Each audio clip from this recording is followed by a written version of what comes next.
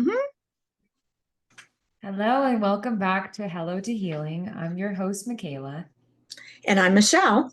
And today we're going to talk about the importance of sleep and how that can benefit you getting a full night's rest and kind of moving forward. I know we're in the holidays now, so the importance of sleep itself. So, Michelle, go ahead and tell us a little bit to start us off. Well, let's kind of review where we were at last time. We were talking a little bit about brain waves in relation to meditation. So, just a little bit of review with that. And then we'll go into some more information about sleep and how very, very important it is to our bodies as well as our minds and spirit. So the first waves we talked about alpha waves, and hopefully everybody remembers, has to do with meditative state. You're still awake, but you're relaxed. And it's the point where you are very creative. And we talked about that's where, if you listen very well, your subconscious is talking to you. So you're still awake, but you're in kind of a different mindset. So that's the alpha waves. Beta, you want to talk a little bit about what the beta waves are? Well, beta is actually where most of us are during the daytime. Our Mm-hmm. brains are at this specific frequency, which is beta frequency. And most of the time, it represents this conscious analytical thinking. And there are multiple layers to this beta frequency. There's something called a high beta.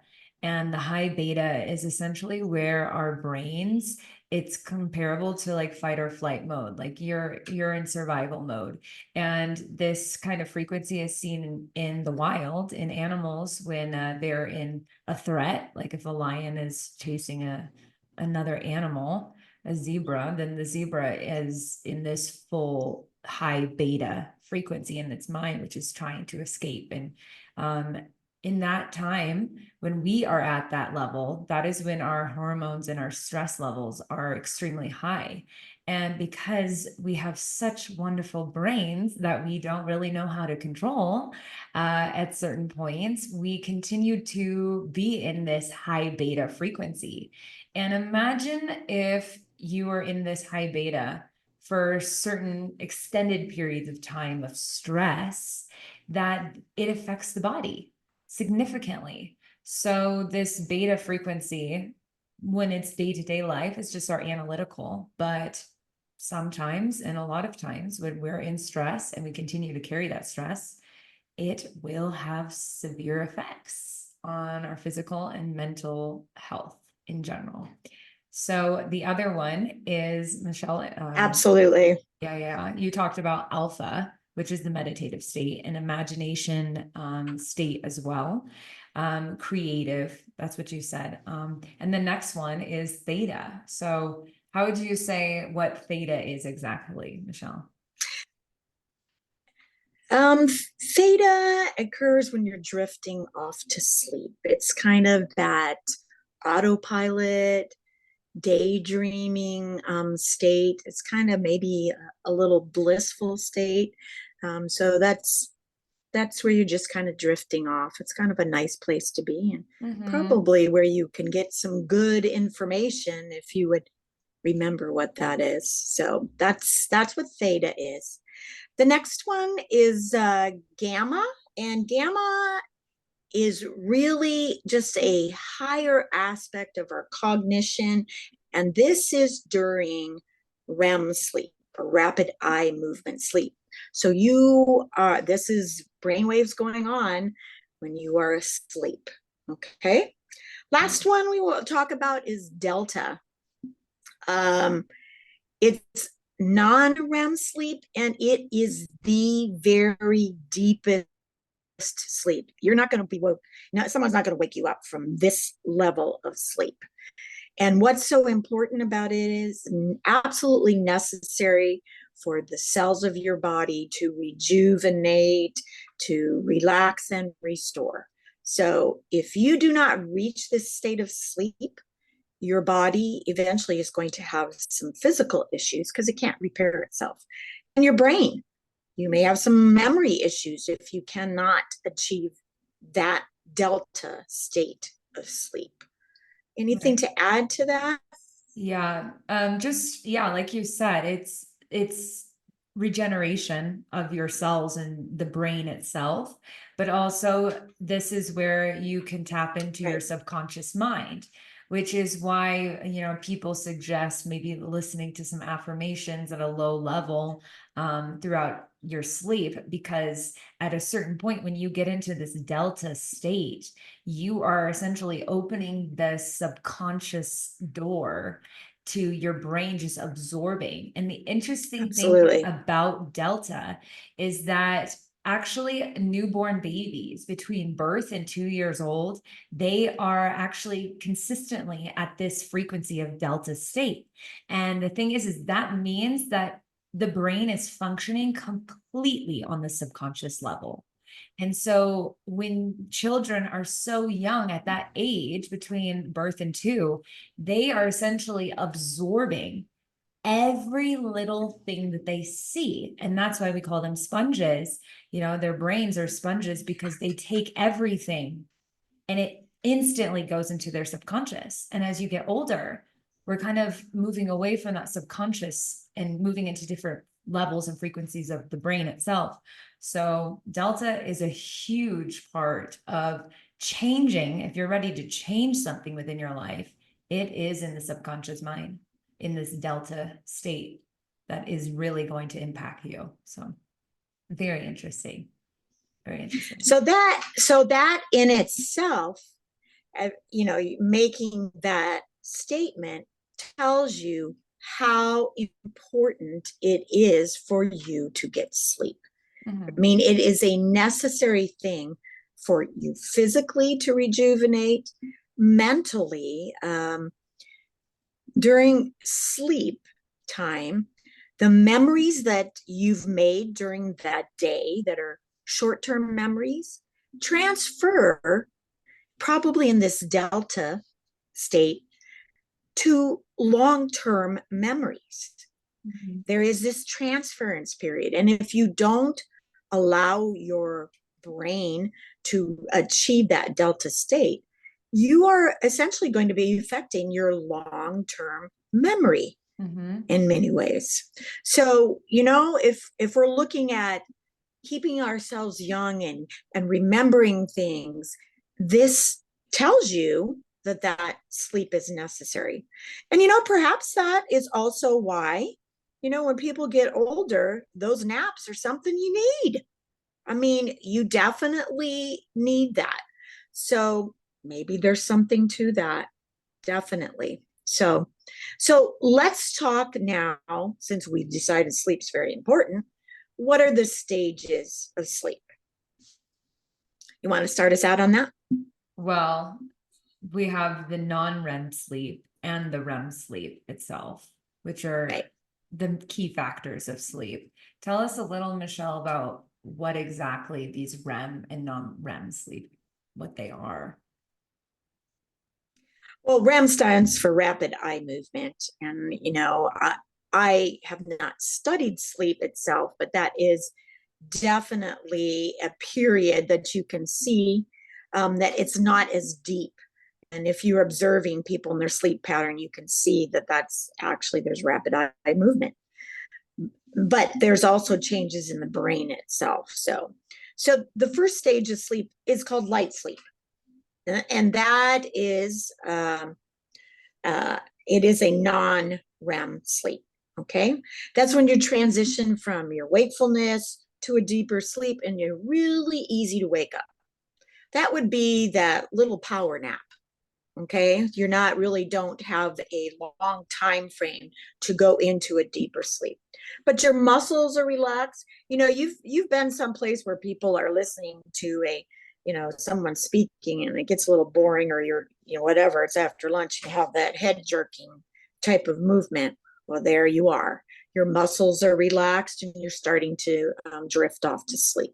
So that's kind of the first phase. I don't think anybody would be snoring in this phase. So But it's also, you know, that little power nap also can help with some cell repair. So don't negate getting that little power nap in for its benefits, right? Right. The second phase is called deep sleep. Okay. Um, Still part of the belief of the non-REM sleep. But in this, you have a much deeper relaxation time. I mean, if you were sitting in a chair, you might fall out of the chair because your muscles are becoming so relaxed. Okay.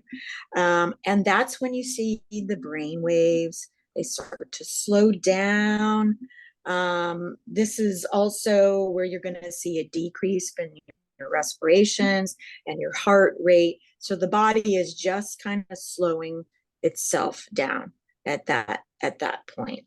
So um, this also, I've got notes here that it says it's really important for learning and memories.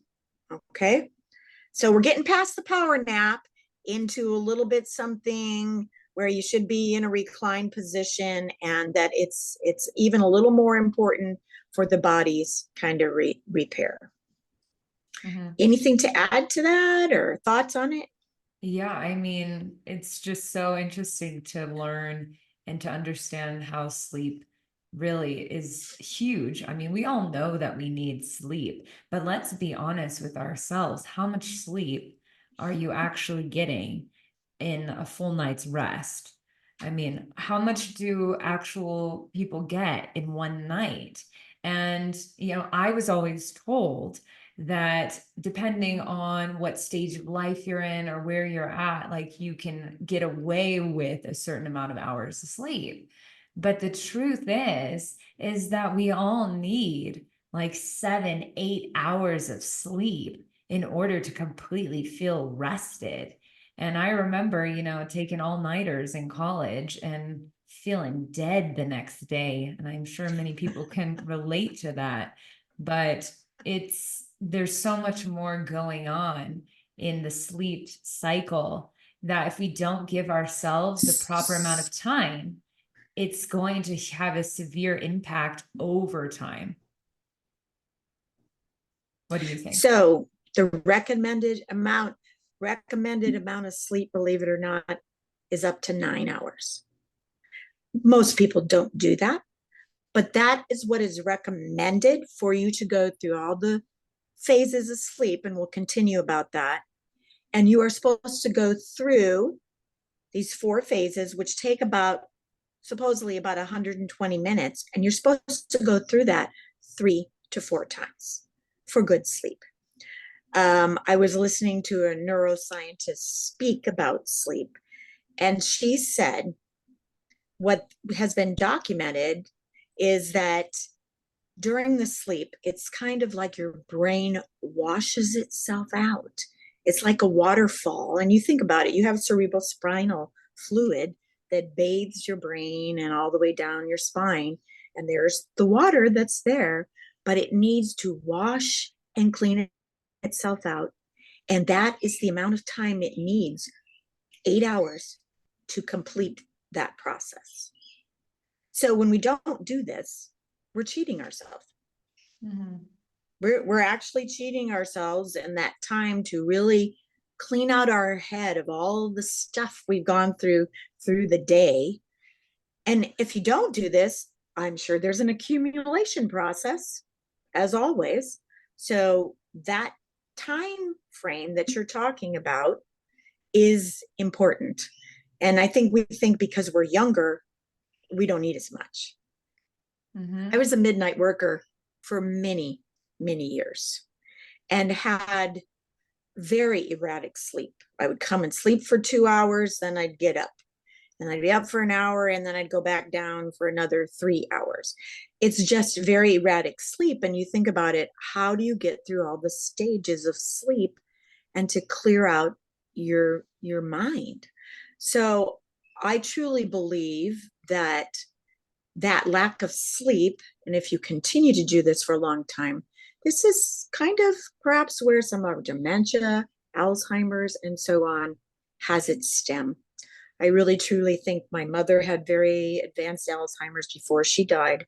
She was a midnight worker for probably 35 years. Mm-hmm. And I really truly think that that had some contributing factors. So, again, the importance. Yeah. And also, I So, just want to say, even thinking about daylight savings, how, I mean, for yes. me, I think it's Yes. ridiculous, but being an international traveler and seeing how this daylight savings in many countries I've been to, they stopped doing it. And the thing that I know is that that day when we in this world have daylight savings, it's actually one of the top days where people have the most amount of heart attacks.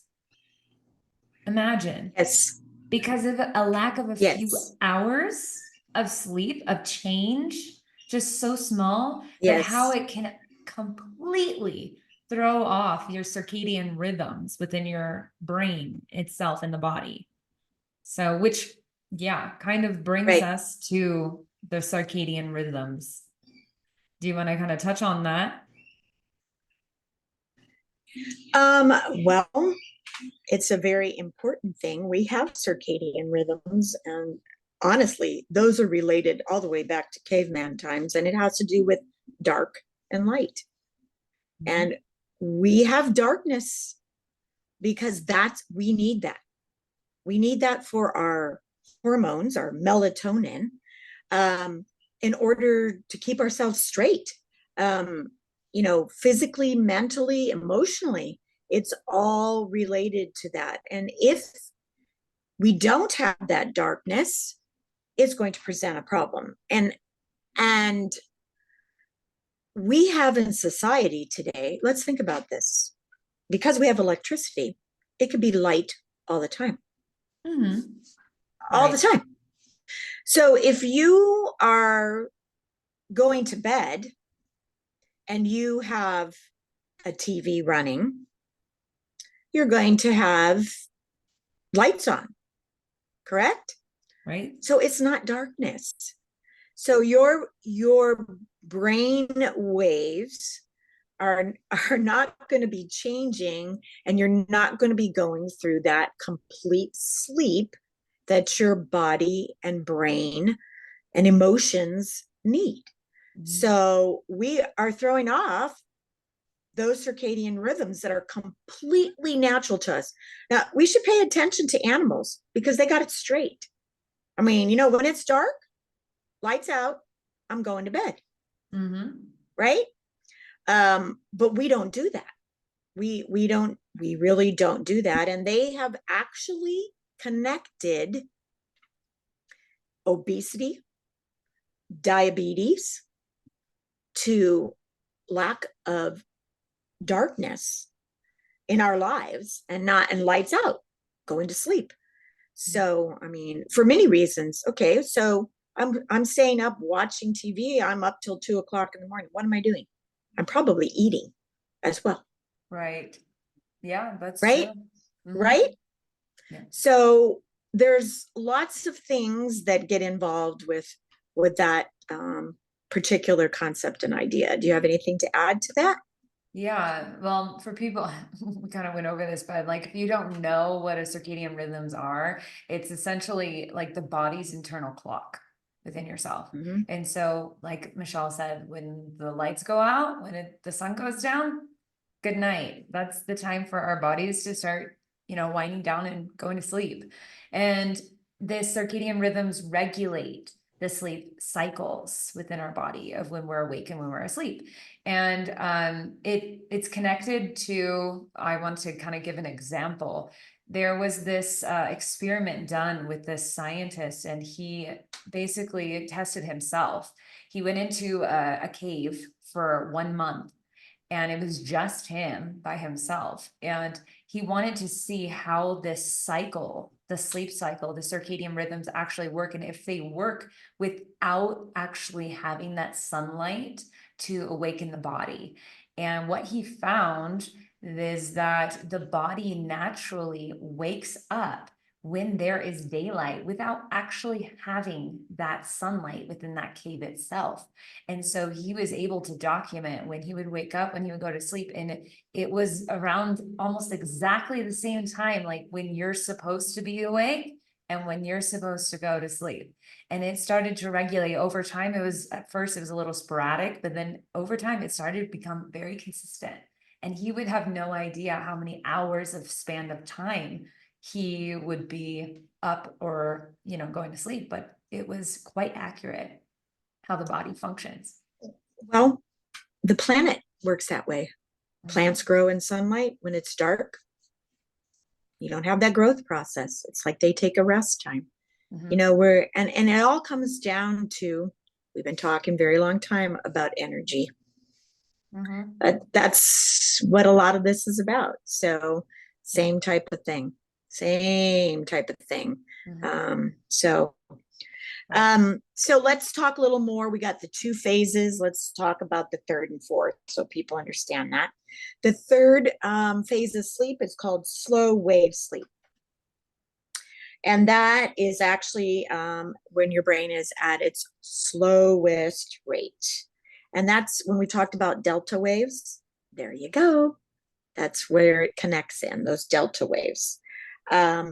Interestingly, that is where you have increase in bone development, and your body is in the recovery phase, which is what we talked about before.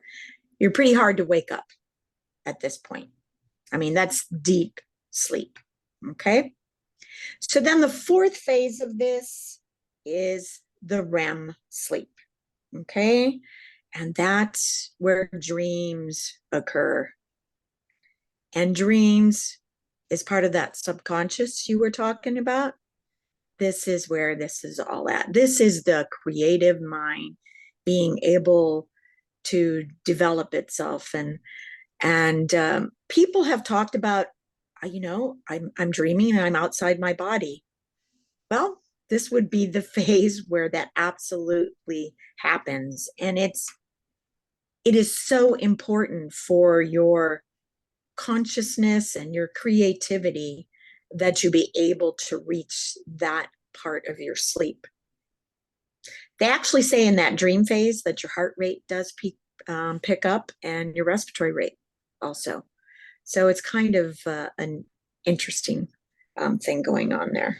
So any other things you might want to add to that?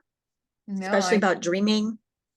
Well, I mean, our dreams can be messages to us if we're able to tap in and kind of recall what's actually going on, which is all about also intentions and understanding, like when you want to receive some insight on a direction in your life or where to go, what to do, you can set that intention before you go to sleep. This is what I would like to kind of process. And basically, I would like to recall this and remember this when I wake up. And it's interesting, when you set that intention, the brain has this like switch where it can basically take that request and bring back to you what it is that you are asking. So the brain functions just like a computer. If you exactly understand that it can function like a computer, when you're requesting those thoughts and what you focus on, you will get answers. It's very interesting, just to add to this, is if you think about our thoughts, when you set the intention, for example, if you're looking for an answer on, I don't know, like why is coffee good for you? And then you type into Google, why is it good for you? And a million different reasons are going to come up. Same thing if you type into Google, why is coffee bad for you? It's going to type in and show you a bunch of different reasons why it's bad for you. So the brain functions the same way. What you set your intention on is what you're going to get. So if you set the intention on the negative thought process of coffee is bad for me, you're only going to get those answers.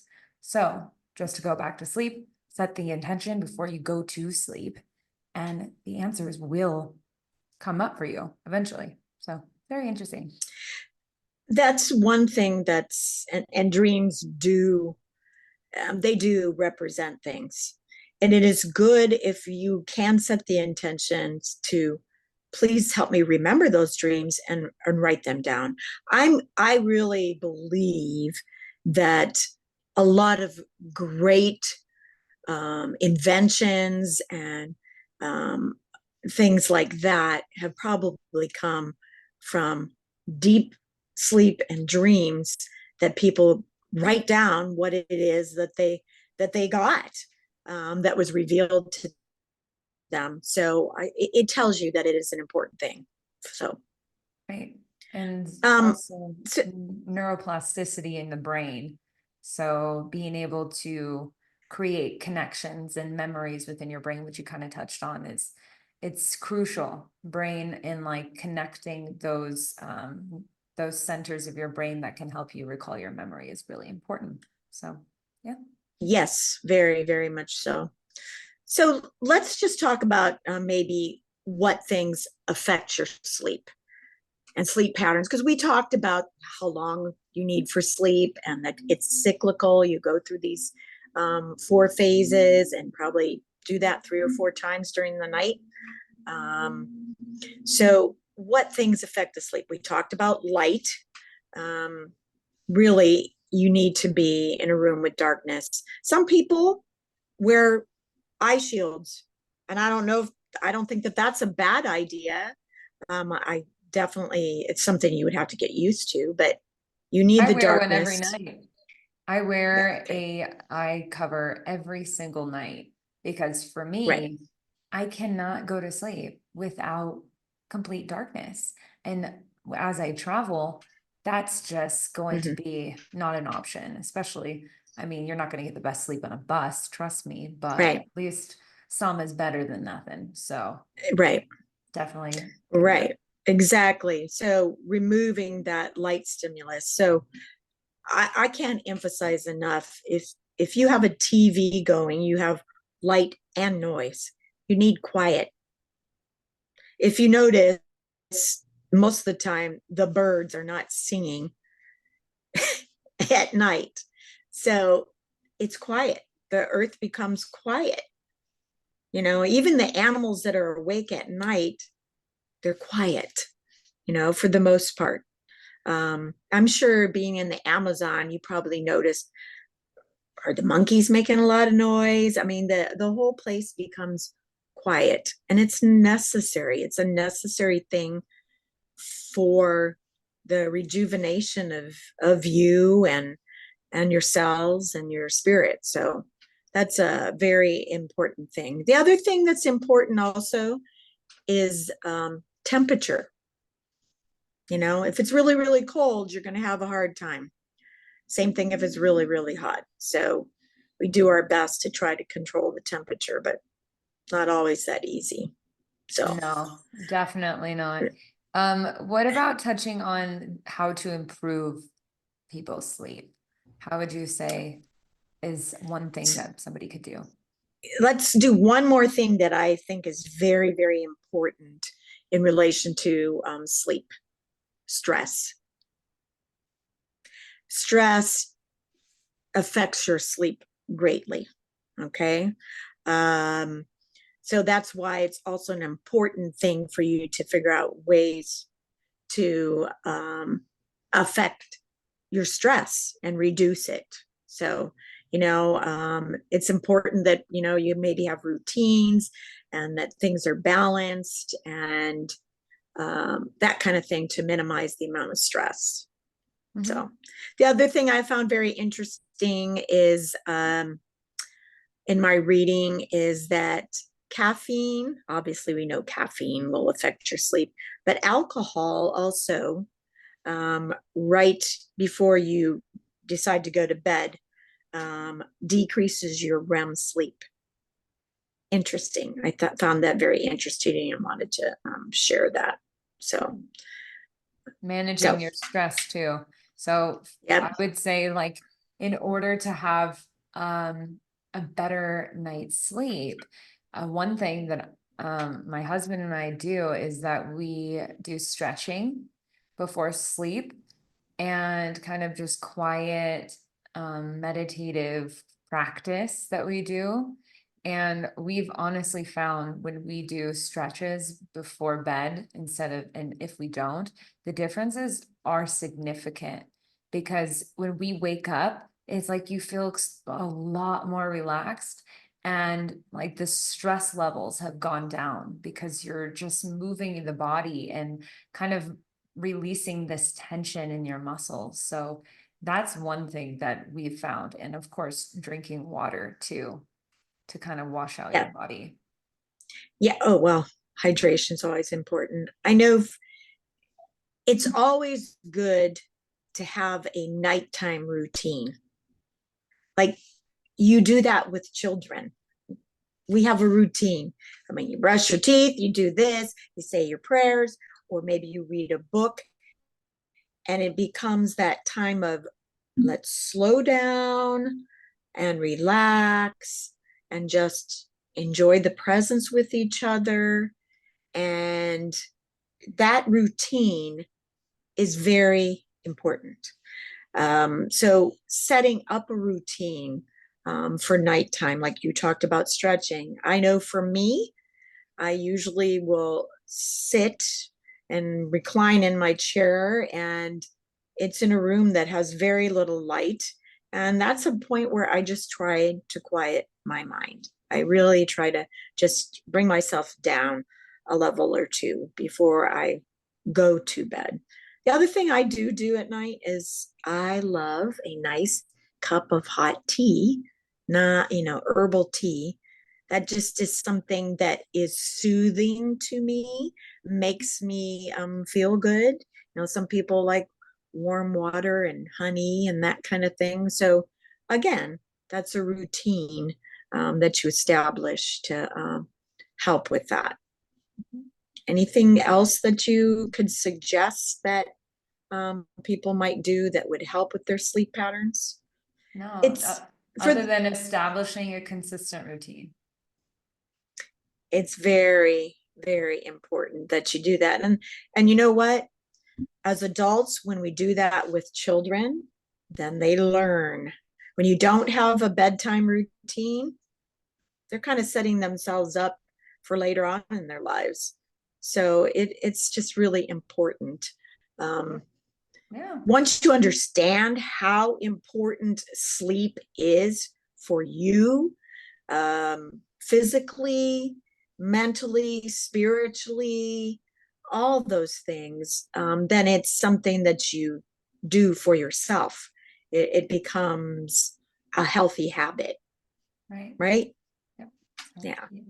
Well, I want to say thank you for speaking on sleep. I think it's really important for everyone to hear it. And if anyone is interested in learning more about energy healing and healing from the inside out, we'd love to work with you. If you have any questions, our website is powerwithinwellness.com. And we have many different offerings. And also, we have some holiday specials going on right now for new client deals within our harmonic egg and emotion code session. So if you're curious about that, go ahead and check out our website and we would love to work with you. Thanks about so We much. would we would definitely love to see you, and happy holidays to everyone. Happy holidays. And thanks. Bye.